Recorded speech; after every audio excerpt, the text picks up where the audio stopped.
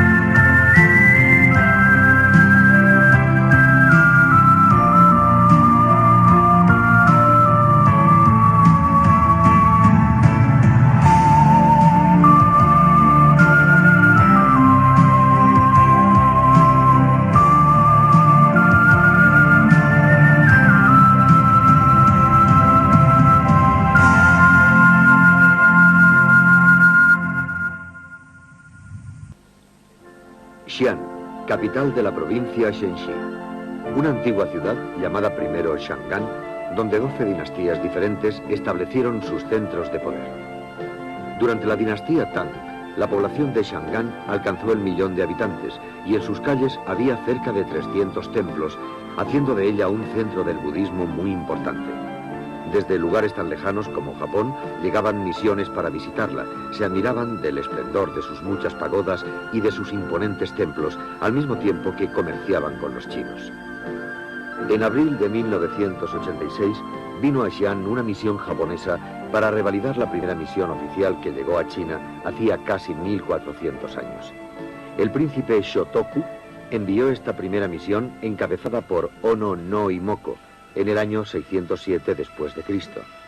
El grupo japonés vino a Xi'an para traer esta estatua del príncipe Shotoku, que había estado guardada en el templo Oryu de Nara, con destino al templo Da-Xing-Shan. Desde la primera misión enviada en 607 por el Japón, la más reciente señaló el 1380 aniversario de este hecho. Se envió no solo para conmemorar la visita histórica de aquel grupo, sino también para establecer lazos de amistad entre China y Japón. Durante las dinastías Sui y Tang se enviaron 20 misiones desde el Japón durante los siglos VII al IX. Las misiones japonesas incluían jóvenes estudiantes, políticos y sacerdotes. Todos estaban dispuestos a llevar a su país los conocimientos adquiridos en China para remodelar con ellos la cultura japonesa.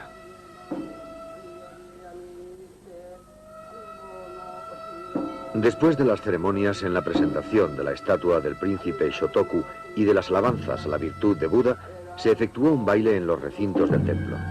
Esta danza, desaparecida en China hace largo tiempo, se introdujo en el Japón junto con el budismo por aquellas primeras misiones y ha sido cuidadosamente conservada.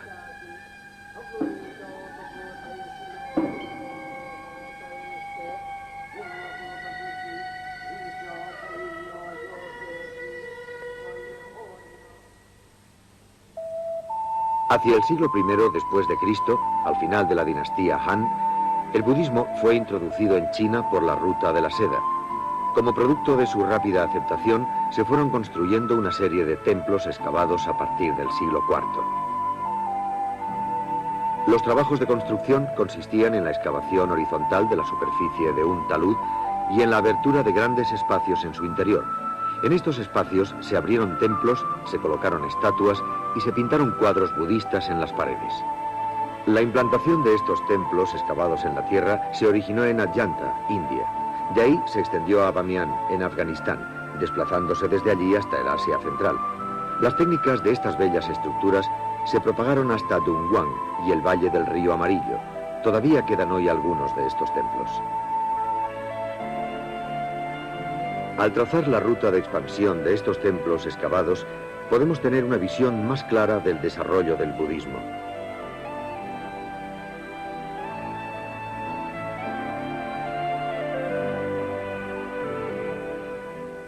Desde sus orígenes en las tierras altas del Tíbet, a los pies del Himalaya, el río Amarillo hace un violento giro hacia el norte en Lanzhou, en la provincia de Gansu, donde se encuentra por vez primera con las huellas del budismo.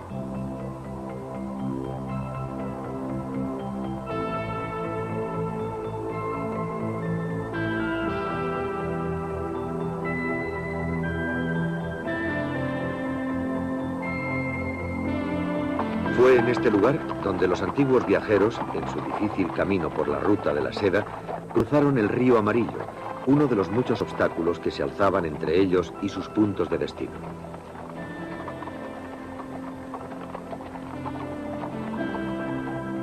El valle Liuhua, en la provincia de Gansu, está surcado por una serie de raras y escarpadas colinas.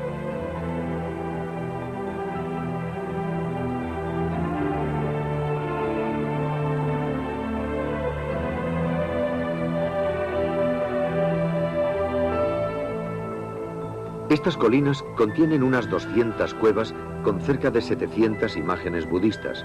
Estas grutas del templo Bingling se excavaron hace 1500 años. El gran Buda de aquí tiene 27 metros de altura.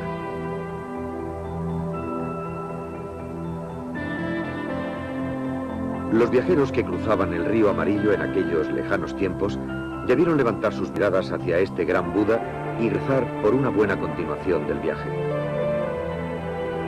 Se dice que Faxian, el primer sacerdote chino budista que visitó la India, tenía 63 años cuando cruzó por aquí el río Amarillo y rezó en este lugar para prepararse ante el largo y difícil viaje que le esperaba por los desiertos. Estas grutas con los templos fueron hechas por los Xianbei o Tobas, una tribu nómada que adoptó el budismo. En las paredes de las grutas se conservan inscripciones que expresan el deseo de renacer en la tierra pura del oeste, el paraíso budista, tal como esta gente lo entendía. Esos caóticos tiempos fueron conocidos en China como la era de los 16 países establecidos por las 5 razas invasoras.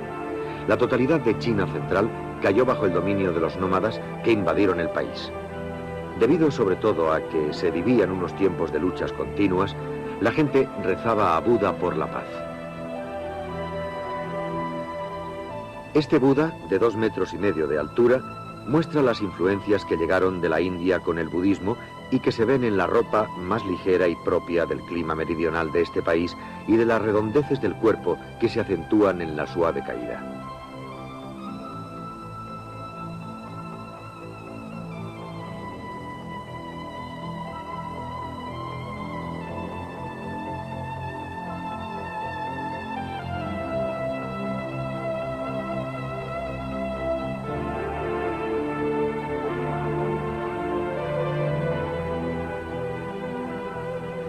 Algunas de las imágenes de las grutas tienen una suave sonrisa.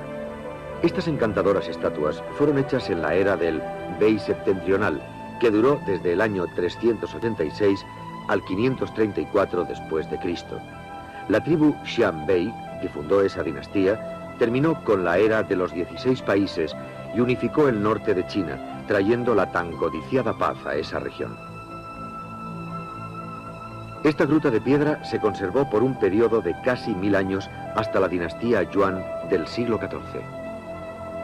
Durante ese largo periodo hubo muchas guerras y las dinastías surgieron, tuvieron un periodo de florecimiento y desaparecieron, pero las estatuas budistas siguieron aquí con su enigmática sonrisa, resistiendo el paso de la historia humana que se desarrolló en torno a ellas. La cadena montañosa de Xiaojishi, con el río Amarillo que la atraviesa, tiene unos 3000 metros de altitud y se encuentra a 700 kilómetros de Shangan. Solía ser la última barrera para los cansados viajeros en su largo viaje por la ruta de la seda hasta la antigua capital de China.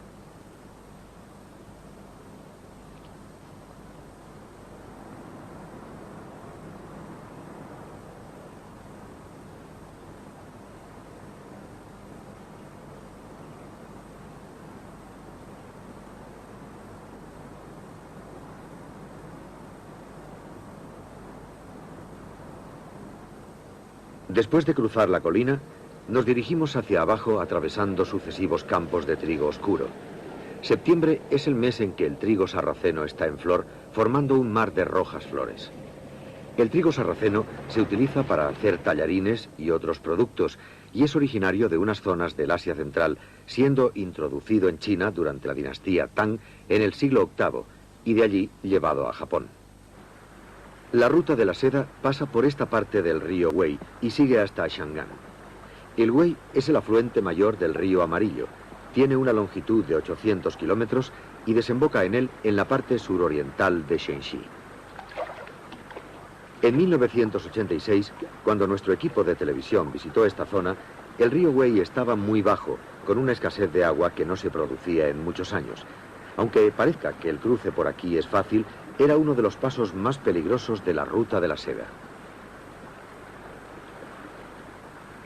En el siglo VII, un sacerdote chino llamado Xuanzang viajó por la ruta de la seda hasta la India para solicitar sutras budistas. También cruzó el Wei por aquí. Su viaje fue inmortalizado en una famosa novela china titulada Shi Yu Xi, o El Mono, una historia basada en episodios del viaje de este sacerdote. En el libro se describe el Wei como agua hasta donde alcanza la vista, y el sacerdote, llamado Sankan en el libro, cruza la vasta extensión de agua montado en la espalda de una vieja tortuga gigante. Esta es la ciudad de Tianshui, situada a orillas del río Wei en la provincia de Gansu.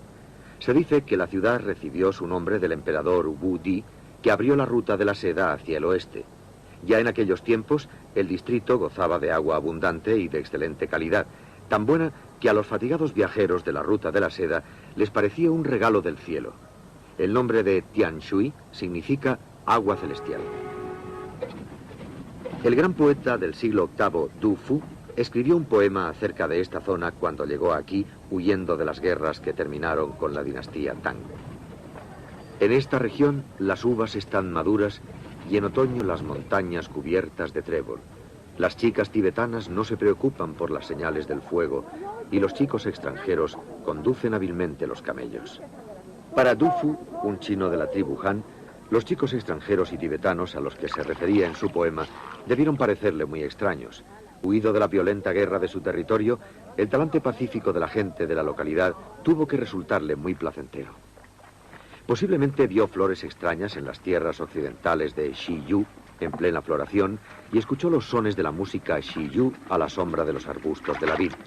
En aquellos días, los comerciantes persas con camellos y los sacerdotes indios iban y venían, convirtiendo a esta ciudad fronteriza en un lugar de bullicio, llena de la exótica mezcla de culturas y de costumbres de la ruta de la seda.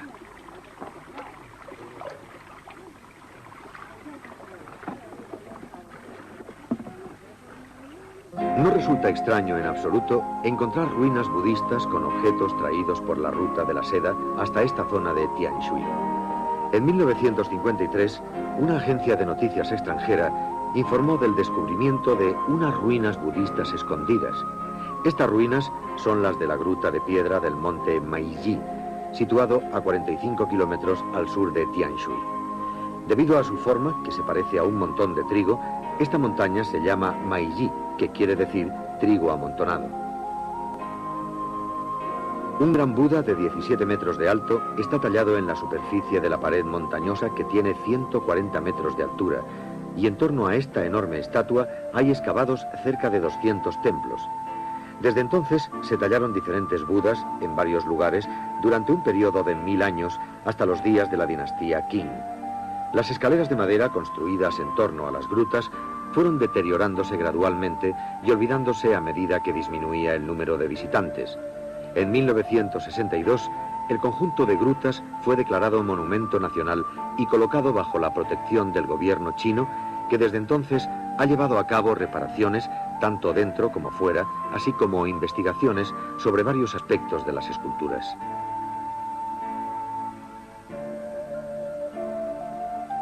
Construido como si fuera una adherencia en el tajo montañoso del Maiji, se encuentra este pasillo de 37 metros de largo. En la pared de este corredor hay numerosas y diminutas estatuas de Buda de 15 centímetros de altura. Al observarlas, también nosotros sentimos el fervor que este pueblo debió sentir por el budismo. De las 7000 estatuas budistas que quedan aquí, casi todas fueron hechas de arcilla y en el mismo sitio donde están. Si las famosas grutas de Dunhuang pueden considerarse un tesoro por sus murales, el monte Meiji puede reclamar el ser considerado un tesoro por sus esculturas. Aquí, en la gruta número 123, excavada hacia finales del siglo V, encontramos un exquisito Buda con expresión sonriente. La impresión que sacamos de su cara es completamente diferente de la sombría expresión que tienen las imponentes imágenes budistas de las regiones occidentales. Esta estatua está considerada como una de las más finas y bellas del monte Meiji.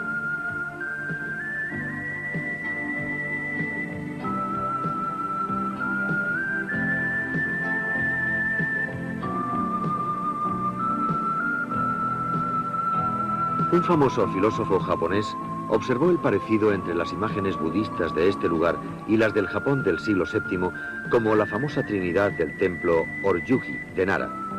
Como resultado de sus estudios, supone que las primeras imágenes budistas del Japón fueron modeladas al mismo tiempo que las estatuas del monte Meiji. Con su rostro estrecho, unas finas cejas como dos medias lunas, los ojos rasgados y alargados, redondas mejillas, una débil sonrisa y un perfil suave, esta imagen nos recuerda a las imágenes budistas japonesas. Una imagen llena de una belleza interior y de tiernos sentimientos. Es la clásica representación de la belleza del este asiático. En estas grutas de piedra podemos ver cómo las representaciones de Buda cambiaron gradualmente para parecerse más a la gente que vivía aquí, en el extremo oriental de la Ruta de la Seda. Este joven que permanece quieto y rezando a la imagen lleva una túnica de mangas estrechas al estilo del pueblo nómada.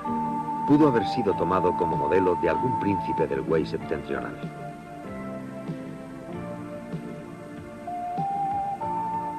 Esta figura de una chica encantadora puede también haber sido modelada imitando a un miembro de la familia real del Wei del Norte.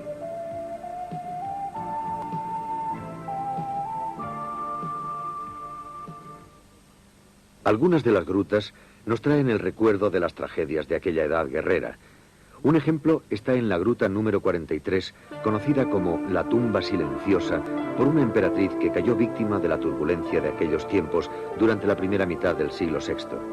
La emperatriz fue repudiada por su marido, que con fines políticos tomó una nueva esposa perteneciente a una de las tribus nómadas de una región remota. La emperatriz, rechazada, se convirtió en monja en este centro religioso y finalmente se quitó la vida a la edad de 31 años. Esta gruta se convirtió en su tumba. En la gruta número 44, situada cerca de la tumba silenciosa, podemos ver la más bella imagen budista del monte Meiji. Lleva un traje del tipo usado por el antiguo pueblo Han, con una faja enrollada en torno al pecho, donde la túnica se abre. Este cambio de ropaje en las estatuas budistas, desde el estilo indio al estilo chino, puede verse también en las ropas que llevan las 3 estatuas budistas del templo Oryuji de Nara, en Japón. Una prueba evidente de que pueden haberse inspirado en las imágenes que se encuentran en el monte Meiji.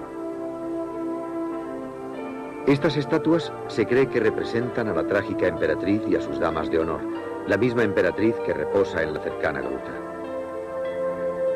Esta otra nos recuerda también a las antiguas estatuas hechas en Japón porque expresan esa belleza clásica del este de Asia.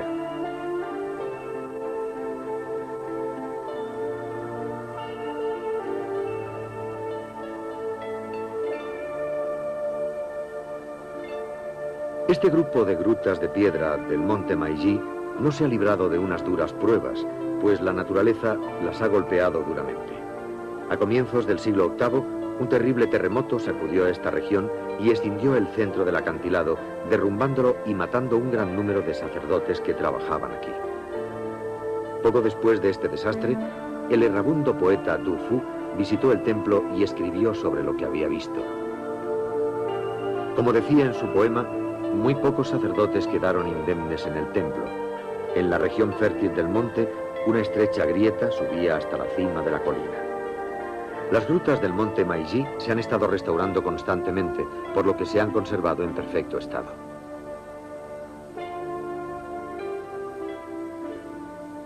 El valle del río Wei no era solo un lugar importante en la ruta de la seda y en la propagación del budismo, sino también una brillante etapa histórica en la que los héroes antiguos lucharon por el poder. Wu Sanjuan, en la provincia de Shenxi, es el lugar que presenció el final de Su Ge Kongming, un héroe del tiempo en que China fue dividida en 3 países que se enfrentaron entre sí. Kongming abandonó Chengdu, en la provincia de Sichuan, a mediados del siglo III y salió en una expedición hacia el norte, estableciendo su campamento en este elevado lugar con el pensamiento puesto en la unificación del país. Pero cayó enfermo y murió después del sitio de 100 días puesto por el general enemigo Wei. Kongming fue un general de tanta sabiduría que sigue disfrutando de la popularidad entre los chinos como una figura trágica cuya ambición por unificar China terminó con su vida. Pero también el reino de Wei desapareció y el núcleo central de China cayó bajo el control de los jinetes nómadas. El periodo siguiente de agitaciones se llamó la era de las 5 razas extranjeras y de sus 16 países. Entre ellos, una de las tribus intentó levantar una nación igual o mayor que la de la dinastía Han, uniendo el norte de China y creando muchos de los templos excavados que hoy se ven. Hacia el final del siglo IV, los Xianbei, o tribu Toba, establecieron su primera capital en Datong, en la depresión del río Amarillo, cerca de la gran muralla de la provincia de Shenxi, y así dio comienzo la dinastía de Wei del Norte. Hoy es una ciudad conocida por su producción de carbón. Este imperio conquistó más tarde las ciudades de Shangan y Dongguan en la ruta de la seda e hizo que se trasladaran a ellas un gran número de sacerdotes y de técnicos. En el año 461 después de Cristo, el quinto emperador de Wei del Norte empezó a crear una serie importante de templos excavados cerca de su capital.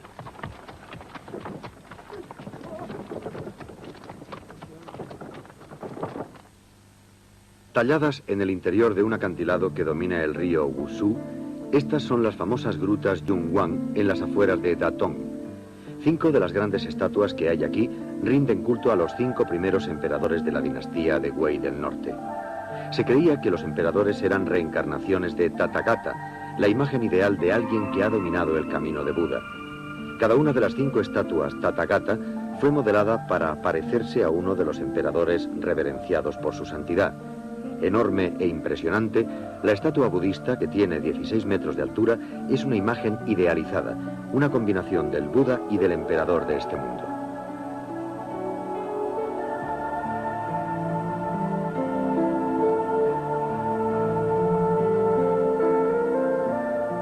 Nos preguntamos cuál de los emperadores pudo haber sido el modelo para esta estatua. La impresión de poderío y de benevolencia es una característica de las imágenes budistas de la primera época de la era de Wei del Norte. El Buda exterior sentado de la gruta número 20 es una de las más clásicas y más fotografiadas del grupo de Datong. Aunque la delgada túnica de muchos pliegues muestra alguna influencia de los orígenes indios, el aspecto imponente y bien conseguido de la estatua demuestra también el proceso por el cual las ideas extranjeras del budismo fueron asimiladas por la cultura china, adoptándolas como propias. Hacia finales del siglo V fueron repentinamente abandonados los trabajos en estas magníficas grutas de piedra, cuando el sexto emperador de Wei del Norte abandonó su capital de Datong y se trasladó a un lugar más apropiado para la unificación total de China. Al escoger su nueva capital, el emperador Xiaowen decidió reconstruir Luoyang, la antigua ciudad a orillas del Luo, uno de los afluentes del río Amarillo. En esta base fue donde estableció sus planes para la unificación. Luoyang está situada precisamente en el sur exacto de Datong, a unos 600 kilómetros de distancia. El traslado de la capital no fue ciertamente nada fácil, ya que hubo que cruzar muchas montañas y también el río Amarillo. Con la determinación de rivalizar con el poderío y el esplendor de las anteriores dinastías chinas, Xiaowen aplicó unas reformas muy estrictas después de establecerse en su nueva capital de Luoyang. Él mismo abandonó sus ropas tribales y alentó a su pueblo a adoptar la ropa y costumbres del pueblo Han, y finalmente terminó prohibiendo el uso de su lengua nativa en favor de la lengua china. estaba decidido a que tanto él como su pueblo empezaran una nueva vida en su nueva capital y se parecieran al pueblo Han. El budismo fue el fundamento espiritual de esa nueva vida. Cerca del lugar donde el Luo se une al río Amarillo, hay un pequeño templo excavado dedicado a un emperador de Wei del Norte. En Gongxian, en la provincia de Henan, al pie de unas colinas rocosas, hay 5 grutas pequeñas si se las compara con las de Dunhuang, el monte Maiji y Datong, pero no obstante muy interesantes.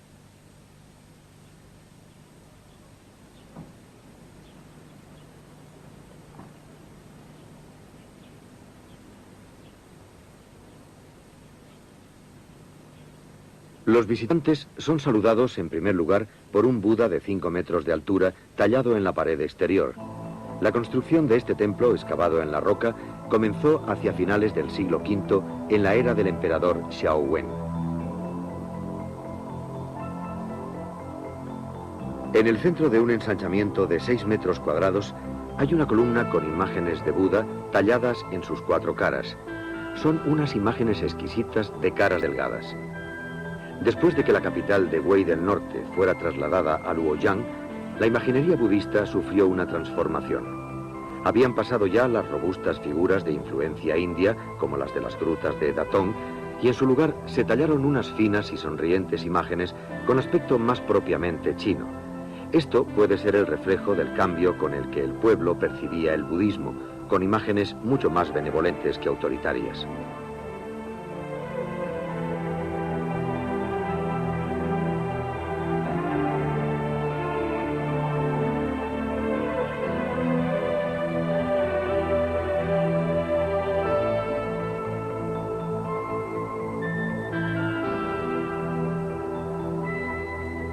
Los reyes divinos adornan el interior de la gruta y también los monstruos.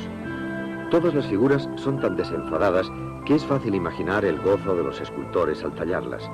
Resulta evidente que se había creado una atmósfera alrededor de estos escultores de imágenes budistas para hacer un uso más libre de su imaginación.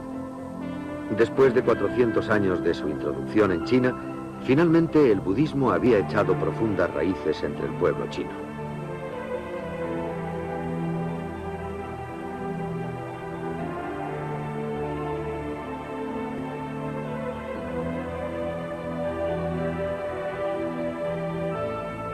En esta escena se muestra al emperador a la cabeza de un grupo de nobles reverenciando a Buda.